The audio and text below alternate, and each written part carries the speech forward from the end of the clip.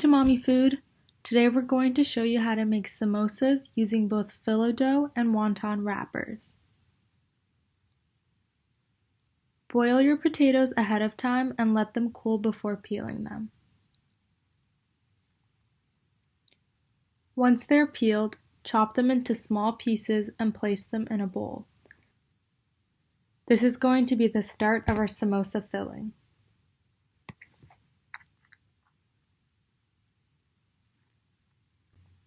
Add half a cup of minced parsley,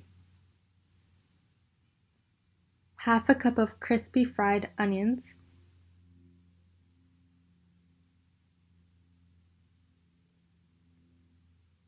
one tablespoon of Jamaican-style curry powder,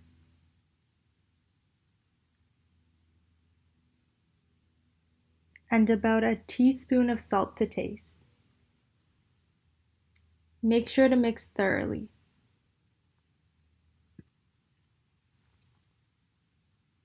First, we're going to use phyllo dough to make the samosas.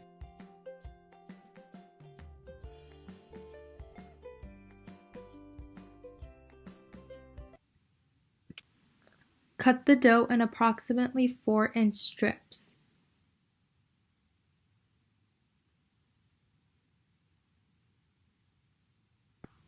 Make sure you use 2 layers of dough for each samosa.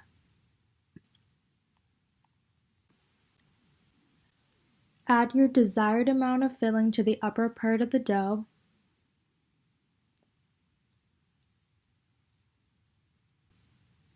And start folding like so to create a triangular shape.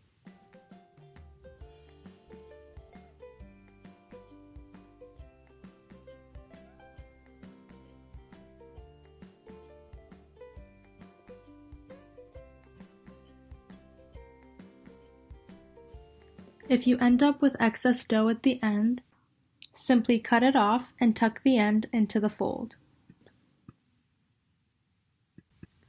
Now we're going to be using wonton wrappers. This is a good alternative if you feel that working with phyllo dough is a bit challenging. It's also thicker and you only need to use 1 layer of dough per samosa.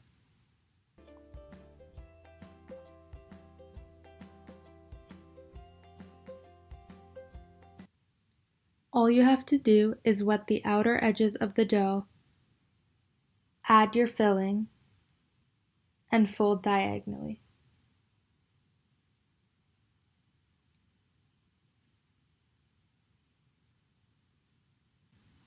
Seal the samosa by firmly pressing the edges. Now we're ready to deep fry both the phyllo dough and wonton wrapper samosas.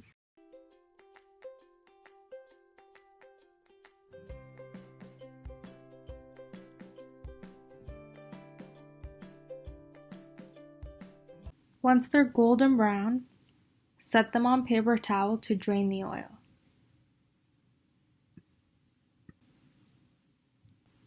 Don't stack the samosas on top of each other if you want to preserve the crispy texture. Here, we're only going to bake the phyllo dough samosas in the oven as an alternative cooking method. Gently brush a layer of oil on both sides of each samosa.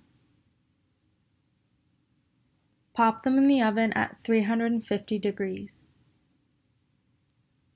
It'll take around 10 minutes, but time will vary depending on your oven and preference. You'll know when it's done when they look golden brown.